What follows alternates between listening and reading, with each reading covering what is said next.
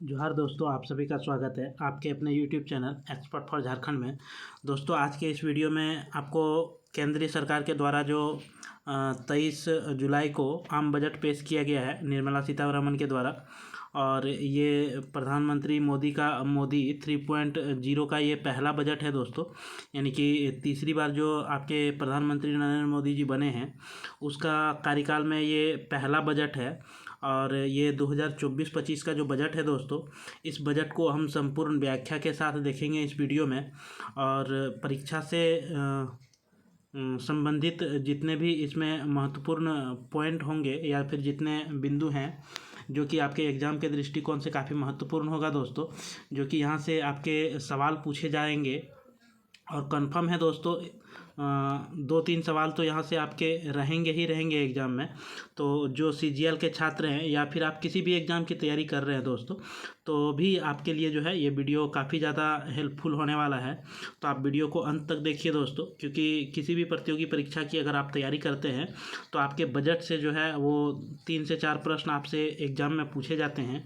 और अगर आप इस वीडियो को अंत तक देख के जाते हैं तो आपका जो है 1 साल के अंदर जितने भी एग्ज़ाम होंगे 2024-25 के अंतर्गत, इसमें से आपको जो है किसी तरह का भी प्रश्न पूछा जाएगा तो आप आसानी से जवाब दे पाएंगे, क्योंकि इस वीडियो में आपको संपूर्ण व्याख्या के साथ आपको बताया गया है। इस बजट को जो है एक निचोड़ करके आपको बताया जा रहा है दोस्तों। तो चलिए हम वीडियो शुरू करते हैं और देखते हैं दोस्तों। उससे पहले आपको हम बता दें कि जो नए दोस्त इस चैनल में हैं और अभी तक आपने अगर चैनल को सब्सक्राइब नहीं किया है तो चैनल को ज़रूर सब्सक्राइब कर लीजिए, क्योंकि इस चैनल के माध्यम से जो है आपको झारखंड से रिलेटिव कोई भी एग्ज़ाम की तैयारी कराई जाती है। और साथ में जो है आपको किसी भी वैकेंसी का नोटिफिकेशन जो है इस चैनल के माध्यम से दिया जाता है दोस्तों, संपूर्ण जानकारी। इसलिए ये चैनल जो है आपके लिए काफ़ी ज़्यादा इम्पॉर्टेंट है। आप चैनल को सब्सक्राइब करके रख लीजिए, और अगर वीडियो आपको अच्छा लगे दोस्तों तो आप एक लाइक कर दीजिए और अपने दोस्तों को जो है शेयर कर दीजिए। तो चलिए दोस्तों हम वीडियो शुरू करते हैं। मोदी 3.0 का बजट 2024-25, ठीक है। और आपको बता दें कि 2024 में एक बजट आया था दोस्तों, आपका फरवरी 2024 में बजट जारी किया गया था आपके वित्त मंत्री द्वारा, निर्मला सीतारमण के द्वारा। और ये जो बजट था आपका जो फरवरी में आया था, उस बजट का नाम था अंतरिम बजट दोस्तों। तो आपको ये भी जानना जरूरी है कि अंतरिम बजट आखिर होता क्या है दोस्तों। और अंतरिम बजट जो था दोस्तों, अंतरिम बजट क्या होता है ये भी आपके लिए इम्पोर्टेंट बन जाता है।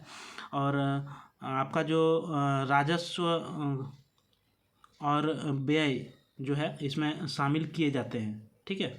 अंतरिम बजट जो है इसमें राजस्व और व्यय जो है वो शामिल किया जाता है, लेकिन कि अंतरिम बजट में आपका किसी प्रकार की नीति या किसी प्रकार की घोषणा या कोई भी प्रस्तावित कर जो है इसमें शामिल नहीं किया जाता है आंतरिक बजट में, ठीक है। तो हम लोग आंतरिक बजट देखते हैं दोस्तों। आंतरिक बजट जो होता है वह पूरे वित्तीय वर्ष के बजाय जो है कुछ महीनों के लिए ही ये बजट होता है दोस्तों। और सरकार के प्रस्तावित व्यय की रूपरेखा एवं आंतरिक बजट कहते हैं। उसका जो रूपरेखा होता है दोस्तों उसी को क्या कहते हैं, आंतरिक बजट कहते हैं। और ये फरवरी 2024 में आंतरिक बजट लागू करने के लिए ज़रूरत इसलिए पड़ा था दोस्तों, क्योंकि इसी साल जो है वो आम चुनाव, आपका लोकसभा का चुनाव था दोस्तों, जिसके कारण से ये अंतरिम बजट आपका पेश किया गया था। और फिर अभी जो है ये 23 जुलाई 2024 को जो है आपके निर्मला सीतारमण के द्वारा लोकसभा में बजट पेश किया गया है दोस्तों। उसी से संबंधित महत्वपूर्ण बिंदुओं को हम देखेंगे। तो अंतरिम बजट आपको समझ में आ गया होगा दोस्तों। इसके बाद देखते हैं कि बजट क्या होता है, ठीक है। ये बजट जो है वो क्या होता है, तो बजट एक निश्चित अवधि, आमतौर पर 1 वर्ष के लिए जो है वार्षिक वित्तीय विवरण है, जो आय और व्यय के रूपरेखा की प्रस्तुति करता है। इसका उपयोग जो है वित्तीय संसाधनों के प्रबंधन एवं जुटाव, राजकीय कोष, एमेकन आदि विशिष्ट लक्ष्यों को प्राप्त करने के लिए जो है एक ये जरिया है बजट दोस्तों। और बजट सरकार का जो है व्यय कर लगाने की जो है ये एक योजना होता है। जो भी आप व्यय करते हैं उस पर कर लगाने का जो है एक योजना है दोस्तों। और अगर आपको पूछा जाए दोस्तों कि ये जो बजट है किस अनुच्छेद के अंतर्गत आता है। तो अनुच्छेद आपका जो है दोस्तों, अनुच्छेद 112 के तहत जो है ये बजट का प्रावधान संविधान में किया गया है। आपका संविधान के अनुच्छेद 112 में ये विशिष्ट वित्त वर्ष के बारे में जो है जानकारी देता है आपको दोस्तों। उसमें बजट शब्द का प्रयोग नहीं किया गया है संविधान में। संविधान में जो 112 अनुच्छेद में है वह किसी विशिष्ट वित्तीय वर्ष का जो है उसमें वर्णन किया गया है, जिसमें आपका केंद्रीय बजट को वार्षिक वित्तीय विवरण जो है ये कहा जाता है। ठीक है, केंद्र सरकार का जो आपका बजट होता है एक साल का, इसी को जो है वित्तीय विवरण कहा जाता है दोस्तों। और राष्ट्रीय बजट जो है वित्त मंत्रालय के आर्थिक मामलों के विभाग जो है DEA के अंतर्गत जो है बजट प्रभाग द्वारा जो है ये तैयार किया जाता है और चर्चा एवं अनुमोदन जो है संसद में प्रस्तुत किया जाता है। यानी कि आपका जो तैयार करता है दोस्तों इस बजट को, वह जो है वित्त मंत्रालय के आर्थिक मामलों का जो विभाग है उसी विभाग के द्वारा बजट को तैयार किया जाता है। इसके बाद जो है संसद में इसकी प्रस्तुति और इसका जो है अनुमोदन किया जाता है वित्त मंत्री के द्वारा दोस्तों। और वर्तमान में आपके वित्त मंत्री कौन है? तो निर्मला सीतारमण जी आपके वित्त मंत्री हैं। चलिए हम आगे देखते हैं दोस्तों। आगे है बजट का उपयोग जो है देश के वित्तीय संसाधनों के प्रबंधन तथा सरकार की आर्थिक और सामाजिक नीतियों को प्राप्त करने का एक उपकरण है। बजट क्या है दोस्तों? तो बजट एक जो है वित्तीय साधन है जिसके जरिए जो है आप प्रबंधन कर सकते हैं, यानी कि आगे की योजना बना सकते हैं कि सरकार जो है आर्थिक और सामाजिक नीतियां इससे जो है बनाकर अपना लक्ष्य को प्राप्त करने का एक जरिया है दोस्तों। आगे अगर हम देखें दोस्तों तो आगे आपका भारत में सबसे अधिक बार जो है बजट पेश करने वाले वित्त मंत्री जो थे वह आपके मोरारजी देसाई जी थे, जिन्होंने आपका 10 बार जो है बजट पेश किया था। ठीक है, सबसे अधिक बजट पेश करने वाले आपके वित्त मंत्री कौन थे दोस्तों? तो मोरारजी देसाई जी थे। और इन्होंने जो है 1964 और 1968 में अपने जन्मदिन के अवसर पर 29 फरवरी को जो है बजट पेश किया था।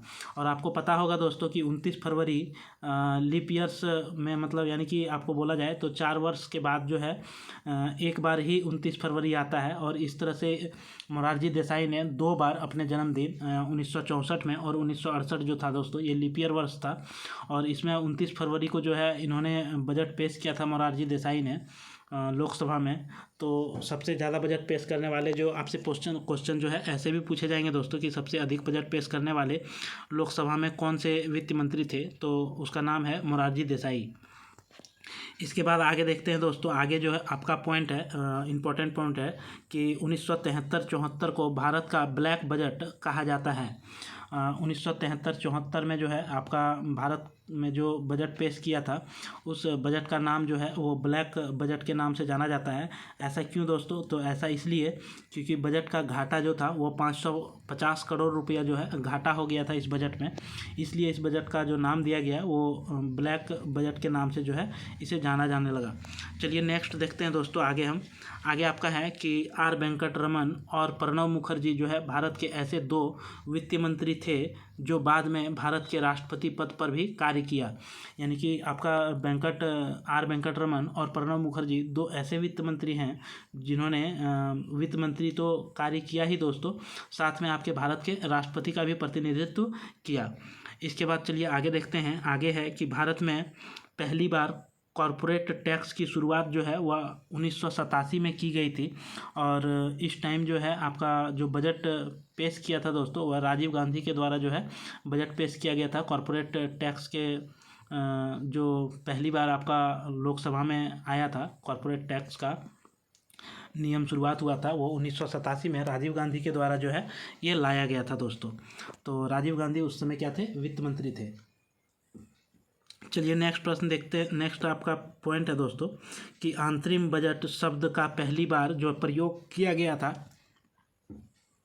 वह आर षणमुखम चेट्टी, ठीक है, आर षणमुखम चेट्टी के द्वारा जो है ये आपका अंतरिम बजट पेश किया गया था दोस्तों। और ये जो किया गया था आपका सबसे पहले 1948 से 1949 के बजट भाषण में ये आपका अंतरिम बजट जो है ये किया गया था।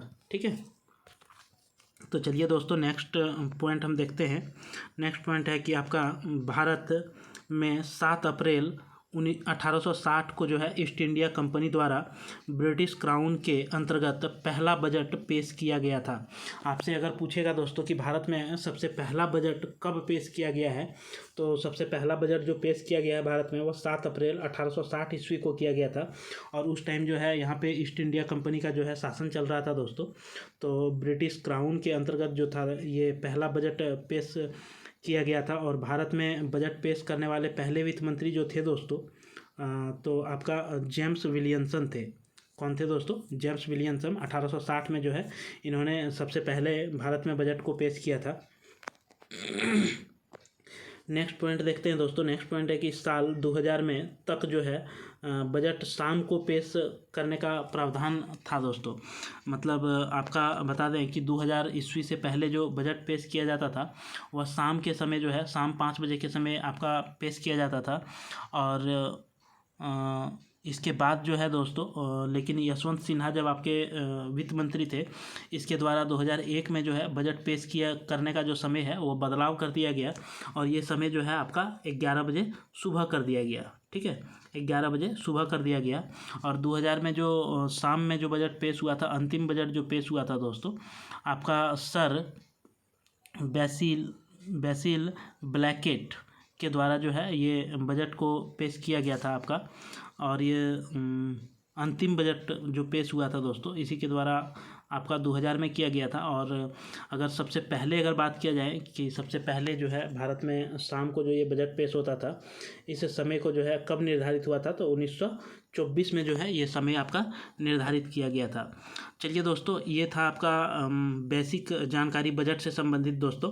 अब देखते हैं कि मोदी 3.0 में जो बजट है, इस बजट में आपका क्या क्या प्रावधान किया गया है, इसके महत्वपूर्ण बिंदुओं को हम समझेंगे और जानेंगे। तो जैसे कि दोस्तों आप देख पा रहे हैं कि 3.0 मोदी का ये पहला बजट है, यानी कि तीसरा कार्यकाल का जो है ये पहला बजट है। और 23 जुलाई 2024 को जो है ये बजट पेश किया गया है। और वित्त मंत्री निर्मला सीतारमण के द्वारा 24-25 का जो केंद्रीय बजट है वो पेश किया गया है। और बजट का जो भाषण दिया था निर्मला सीतारमण ने लोकसभा में दोस्तों, वह लगभग 1 घंटा 20 मिनट से 25 मिनट के बीच में आपका भाषण दिया था निर्मला सीतारमण ने बजट के ऊपर 23 जुलाई को। ठीक है, चलिए आगे देखते हैं दोस्तों। आगे है आपका कि 18वीं लोकसभा का सांसद सत्र 22 जुलाई को ही शुरू, पहले दिन में जो है 22 जुलाई को ही आपका 18वीं लोकसभा का जो सांसद सत्र है वो शुरू हुआ था। और पहला दिन जो है आर्थिक सर्वेक्षण के बाद जो है 23 जुलाई 2024 को जो है निर्मला सीतारमण के द्वारा आपका 24-25 का बजट जो है वो मोदी सरकार का 11वां एवं तीसरे कार्यकाल का पहला बजट है। यानी कि जो मोदी सरकार आपका नरेंद्र मोदी जो बना था दोस्तों, सबसे पहली बार सरकार हुआ 2014 में बना था। और तभी से अगर लेकर अभी तक का बात करें तो ये 11वां बजट होता है। लेकिन कि अगर प्रधानमंत्री का तीसरा कार्यकाल देखें तो तीसरा कार्यकाल का जो है ये आपका पहला बजट है दोस्तों।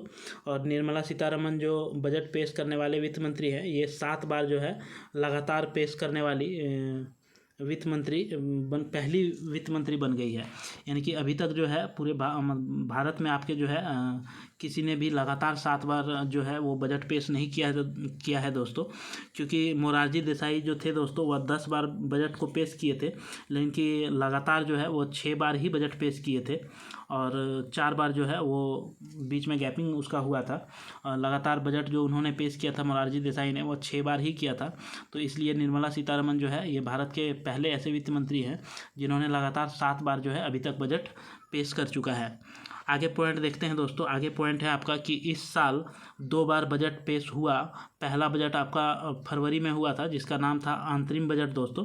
और दूसरी बार जो आपका 2024 में ही बजट पेश हुआ वह 23 जुलाई 2024 को ये बजट पेश हुआ। और इस बजट का जो नाम है वह पूर्णकालिक बजट है, जो कि लोकसभा चुनाव के कारण जो है ऐसी स्थिति आई थी दोस्तों।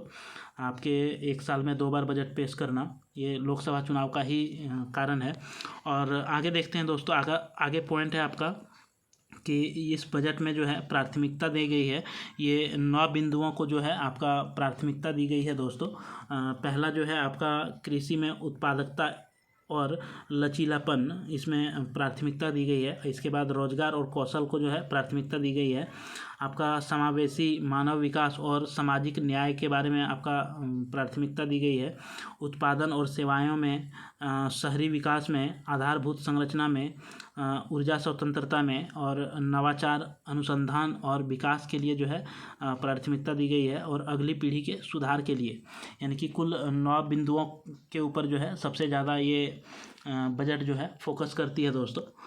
चलिए आगे देखते हैं दोस्तों। आगे आपका है कि संशोधित टैक्स का संरचना, यानी कि इस जो बजट पेश हुआ है 2024-25 में दोस्तों, इसमें कुछ टैक्स पर जो है संशोधित किया गया है। अगर किसी व्यक्ति का जो आय है वह 0 से अगर 3 लाख रुपया आय सालाना है तो उसको जो है टैक्स आपको 0% देना पड़ेगा दोस्तों। अगर आपका आय जो है 3 लाख से 7 लाख रुपया है तो उसके लिए आपको 5% का टैक्स देना पड़ेगा।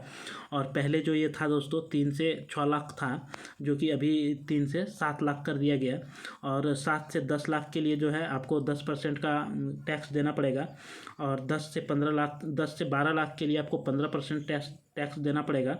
इसके बाद 12 से 15 लाख का अगर अब सालाना इनकम है तो आपको 20% जो है वो टैक्स देना पड़ेगा। और 15 लाख से अगर आप अधिक इनकम करते हैं तो उसके लिए जो है आपको 30% जो है वो सालाना टैक्स देना पड़ेगा। इसके बाद प्रमुख क्षेत्र का जो व्यय है दोस्तों, कुछ प्रमुख क्षेत्र है जिसमें कि राशि को खर्च करने का जो व्यय है वो आपका है रक्षा मंत्रालय में दोस्तों 4,54,773 करोड़ रुपया। और ग्रामीण विकास की बात करें तो इसमें 2,65,808 करोड़ रुपया। और कृषि एवं समृद्ध क्षेत्र में अगर देखें तो 1,51,851 करोड़ रुपया। और गृह मामले में देखें दोस्तों तो इसमें है आपका 1,50,983 करोड़ रुपया। और शिक्षा में अगर देखा जाए तो शिक्षा में 1,25,638 करोड़ रुपया जो है वो प्रावधान किया गया है खर्च करने का। अब आगे हम कुछ मुख्य बिंदुओं के बारे में देखेंगे दोस्तों, जो कि एग्ज़ाम के दृष्टिकोण से आपके काफ़ी ज़्यादा महत्वपूर्ण होते हैं। तो उन सभी बिंदुओं को भी हम एक एक करके देखेंगे दोस्तों। निर्मला सीतारमण ने वित्तीय वर्ष 2025 के पूंजीगत व्यय का जो है वो 11.11 लाख करोड़ रुपया जो है पर जो है अपरिवर्तित रहने का वो अनुमान लगाया है, जो कि पिछले वर्ष संशोधित अनुमान जो था वह 9.5 लाख करोड़ रुपया से 16.9% अधिक है दोस्तों। ठीक है, यानी कि पिछले साल से जो है ये 16.9% आपका जो अनुमान लगाया गया है 2025 में 11.11 लाख करोड़, तो ये 16.9% आपका अधिक है। चलिए आगे हम देखते हैं कुछ महत्वपूर्ण बिंदुओं को दोस्तों, कि कुछ वित्तीय परिसंपत्तियों पर जो है अल्पावधि पूंजीगत का लाभ जो है संशोधित करके आपका 20% किया गया है। यानी कि अल्पावधि के लिए पूंजी आप अगर लाभ लगाते हैं तो इसके लिए जो है आपको 20% का जो है संशोधित कर आपको देना पड़ेगा दोस्तों। और आप अगर दीर्घकालिक के लिए अपना पूंजीगत लाभ कमाना चाहते हैं तो उसके लिए जो है 12.5% जो है आपका किया गया है। इसके बाद आपको बता दें कि सोना चांदी पर जो है सीमा शुल्क आपको 6% कर दिया गया है दोस्तों। पहले ये 6% से ज़्यादा था, अब घटा करके जो है 6% कर दिया गया है। और प्लेटिनम जो धातु है, इस धातु पर आपका जो है 6.4% का जो है वो टैक्स लगेगा, सीमा शुल्क का टैक्स दोस्तों। और आपका सीमा शुल्क टैक्स में लिथियम, कॉपर, कोबाल्ट और ये सब जो है इस पर जो है सीमा शुल्क आपका कोई भी सीमा शुल्क नहीं लगेगा दोस्तों, लिथियम, कॉपर और कोबाल्ट के ऊपर। ठीक है, चलिए आगे हम पॉइंट देखते हैं दोस्तों। अगला पॉइंट है आपका कि वित्तीय वर्ष 2025 में व्यय जो है वो 48.21 लाख करोड़ रुपया का अनुमान किया गया है, जो कि वित्तीय वर्ष 2025 में प्राप्तियां जो है दोस्तों वह 32.07 लाख करोड़ रुपया का अनुमान किया गया है। राजकीय कोष घाटा जीडीपी का जो है वह 4.9% रहने का अनुमान लगाया है, जबकि आपका अंतरिम बजट में यह जो था दोस्तों 5.1% था। ठीक है, जो अंतरिम बजट दिया गया था उस बजट में जो है कितना था राजकीय कोष घाटा दोस्तों, तो वो 5.1% था। और 2025 में जो जीडीपी है उसका कितना रहने का अनुमान लगाया है तो 4.9%। चलिए आगे देखते हैं दोस्तों। अगला पॉइंट है आपका कि अगले वर्ष राज्य कोष घाटा जो है वो 4.5 से नीचे लाने का लक्ष्य निर्धारित किया गया है। यानी कि अगले साल जो ये राजकोष घाटा जो है दोस्तों अभी जो है अनुमान किया गया है आपका 4.9%, और उससे भी घटा के अगले साल जो है वो 4.5 पे लाने के बारे में सोच रहा है दोस्तों। इसके बाद आपका नेक्स्ट पॉइंट है कि निवेश जो है प्लग एंड प्ले औद्योगिक पार्क में जो है 100 शहरों को विकसित किया जाएगा, यानी कि प्लेग एवं प्ले औद्योगिक पार्क के तौर पर आपका 100 शहर को जो है विकसित किया जाएगा। तथा आपका दोस्तों 5 वर्षों में जो है हब एंड स्पोक व्यवस्था में 1000 ITI जो है वो अपग्रेड किया जाएगा, और 5 साल में जो भारत के शीर्ष कंपनियां हैं उसके द्वारा जो है 1 करोड़ युवाओं को जो है कौशल बनाया जाएगा। यानी कि ये 5 साल में आपका जो है जितने भी शीर्ष कंपनियां हैं दोस्तों, बड़ी कंपनियां हैं, उसके ज़रिए जो है आपको 1 करोड़ युवाओं को जो है वो कौशल पूर्ण बनाया जाएगा। चलिए नेक्स्ट पॉइंट देखते हैं दोस्तों। नेक्स्ट पॉइंट है कि 5000 अगर कौशल जब आपको बनाया जाएगा 1 करोड़ युवाओं को, इसके बाद जो है आपका 5000 मासिक भत्ते के साथ 12 महीने की प्रधानमंत्री इंटर्नशिप आपको दी जाएगी। यानी कि जब आपको कौशलपूर्ण बड़ी कंपनियों के द्वारा बनाया जाएगा, इसके बाद 1 साल तक जो है आपको 5000 रुपया मासिक भत्ते के रूप में आपको प्रधानमंत्री के द्वारा दिया जाएगा दोस्तों। नेक्स्ट पॉइंट है कृषि और समृद्धि के लिए जो है 1.52 लाख करोड़ का जो है वो प्रावधान किया गया है। इसके बाद आपका बात किया जाए 10,000 जो है जैव अनुसंधान केंद्र जो है स्थापित किए जाएंगे, इस 2024-25 के बजट में प्रावधान किया गया है। इसके बाद बजट 2024 में 4 जातियों पर बहुत ज़्यादा फोकस किया गया है, और वो है दोस्तों गरीब, महिला, युवा और अन्नदाता। ये 4 पे जो है सबसे ज़्यादा फोकस इस बजट में किया गया है। आगे पॉइंट हम देखते हैं दोस्तों। अगला पॉइंट है आपका कि अगले 5 साल में लगभग 4.1 करोड़ युवाओं के लिए जो है रोजगार सृजन का जो है प्रस्ताव रखा है। इसके लिए जो है 2 लाख करोड़ रुपया का राशि जो है वो आवंटित की गई है। यानी कि अगले 5 साल में आप लोगों युवाओं को जो है 4.1 करोड़ युवाओं को जो है रोजगार सृजन करके उसे रोजगार से जोड़ा जाएगा, जिसमें से आपका 2 करोड़ रुपया राशि का जो है प्रावधान किया गया है। नेक्स्ट पॉइंट देखते हैं दोस्तों कि 25,000 ग्रामीण सड़कों को प्रधानमंत्री ग्राम सड़क योजना के अंतर्गत जो है ये 4 चरणों में आपका चलाया जाएगा, जिसमें से आपका 25,000 ग्रामीण सड़क जो है वो पुनः काम किया जाएगा दोस्तों। इसके बाद आपका स्ट्रीट वेंडर्स के लिए जो है प्रधानमंत्री स्वनिधि योजना के आधार पर 5 वर्षों में 100 साप्ताहिक हाटों को बढ़ावा दी जाएगी। यानी कि 100 साप्ताहिक हाट जो लगता है दोस्तों, उसे जो है 100 साप्ताहिक हाट में जो है वो बढ़ावा मिलेगा। इसके बाद नेक्स्ट पॉइंट देखते हैं दोस्तों। नेक्स्ट पॉइंट है आपका कि प्राइवेट कंपनियों को नेशनल कंपनी लॉ ट्रिब्यूनल के लिए 3.3 लाख करोड़ रुपया जो है वो दिया जाएगा दोस्तों आपका प्राइवेट कंपनी को। इसके बाद SIDBI की अगली 3 साल में नई ब्रांच जो है ये 24 नए ब्रांच आपके खोले जाएंगे दोस्तों। इसके बाद 500 टॉप कंपनियों में जो है 5 करोड़ युवाओं की इंटर्नशिप देंगे। यानी कि 500 टॉप जो कंपनी है उसमें जो है 5 करोड़ युवाओं का जो है इंटर्नशिप दिया जाएगा दोस्तों प्रधानमंत्री मोदी के द्वारा। इसके बाद PM आवास जो है शहर के तहत आपको 10 लाख करोड़ रुपया से जो है 1 करोड़ गरीब एवं मध्यम वर्ग को जो है आवास दिया जाएगा। यानी कि इसमें जो 10 लाख करोड़ का प्रावधान किया गया है, जिसमें से 1 करोड़ गरीब परिवारों को जो है PM आवास योजना के अंतर्गत शहरी क्षेत्र में आपको 1 करोड़ जो है वो आवास प्रावधान किया गया है। अगले 5 साल तक में जो है आपका 2.2 लाख करोड़ केंद्रीय सहायता इसमें देगी दोस्तों। चलिए नेक्स्ट देखते हैं पॉइंट दोस्तों। नेक्स्ट पॉइंट है आपका कि MSME के लिए जो है ऋण सहायता मुद्रा ऋण क्या है दोस्तों, मुद्रा ऋण सीमा जो है वह 10 लाख के जगह पे आपको 20 लाख रुपया कर दिया गया है। यानी कि जो आप एमएसएमई के द्वारा जो आप ऋण या फिर मुद्रा ऋण लेते थे, उस ऋण में आपका बढ़ोतरी कर दिया गया है। 10 लाख से 20 लाख आपको अब दिया जाएगा दोस्तों। जो आप ऋण पहले ले चुके हैं और आप बैंकों को अपनी जो क्रेडिट है वो अच्छे से, आप अगर बैंक के ऋण को चुकाए हैं तो अब आपको जो है 20 लाख तक का लोन भी दिया जाएगा एमएसएमई के द्वारा। चलिए नेक्स्ट पर देखते हैं दोस्तों, नेक्स्ट पॉइंट कि दलहन और तिलहन में आत्मनिर्भर के लिए जो है उत्पादन, भंडारण और विपणन की जो है मजबूती प्रदान करने के लिए मूंगफली, तेल, सोयाबीन, सूरजमुखी आदि के लिए जो है आत्मनिर्भरता की रणनीति जो है इस बजट में बनाई गई है। अब नेक्स्ट पॉइंट देखते हैं दोस्तों। नेक्स्ट पॉइंट है आपका कि रोजगार के लिए 3 योजनाएं जो है वो शुरू की जाएगी। सरकारी नौकरी में प्रवेश करने वाले 30 लाख युवाओं को जो है पहले महीने का जो पीएफ दिया जाएगा दोस्तों, वह अनुदान के रूप में आपको पहले महीने का पीएफ दिया जाएगा। आपका सरकारी नौकरी जब आप ले लेते हैं, इसके बाद आपको 30 लाख युवाओं को जो है इसमें 1 महीने का जो पीएफ है वो अनुदान के रूप में दिया जाएगा। नेक्स्ट देखते हैं दोस्तों कि महिला एवं बालिका को लाभ के लिए 3 लाख करोड़ का जो है बजट दिया गया है। यानी कि महिला एवं बालिका लड़कियों के लिए जो है विकास के लिए 3 लाख करोड़ का जो है बजट प्रावधान किया गया है।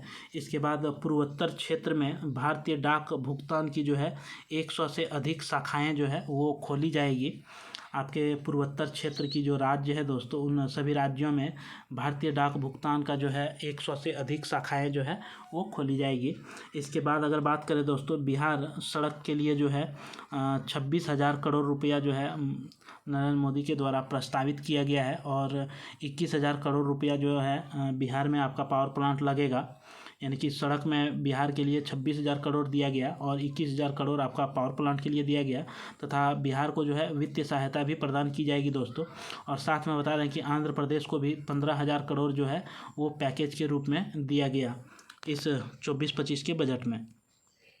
आगे पॉइंट देखते हैं दोस्तों। आगे पॉइंट है आपका कि घरेलू संस्थानों में उच्च शिक्षा के लिए 10 लाख तक का जो है आपको सहायता प्रदान किया जाएगा। इसके बाद आपका यांत्रिक अर्थव्यवस्था को बढ़ाने के लिए 10 साल में 5 गुना बढ़ाया जाएगा दोस्तों। आंतरिक अर्थव्यवस्था को 10 साल में जो है 5 गुना बढ़ाया जाएगा और 1,000 करोड़ जो है उद्यम पूंजी जो है वो कोष में स्थापित किए जाएंगे। यानी कि 1,000 करोड़ जो है इस पर पूंजी दिया गया है बजट में दोस्तों, जिसमें से आपका 10 साल में 5 गुना जो है ये आंतरिक अर्थव्यवस्था को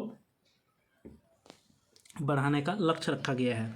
आगे पॉइंट देखते हैं दोस्तों कि 100 बड़े शहरों के लिए जलापूर्ति सीवेज ट्रीटमेंट परियोजना जो है वो शुरू किया जाएगा। 100 बड़े शहर जो है उसमें जलापूर्ति का जो सीवेज ट्रीटमेंट है वो परियोजना के रूप में आपका किया जाएगा काम दोस्तों। इसके बाद 30 लाख से अधिक आबादी वाले 14 बड़े शहरों में जो है वह आवागमन का जो है वो विकास किया जाएगा।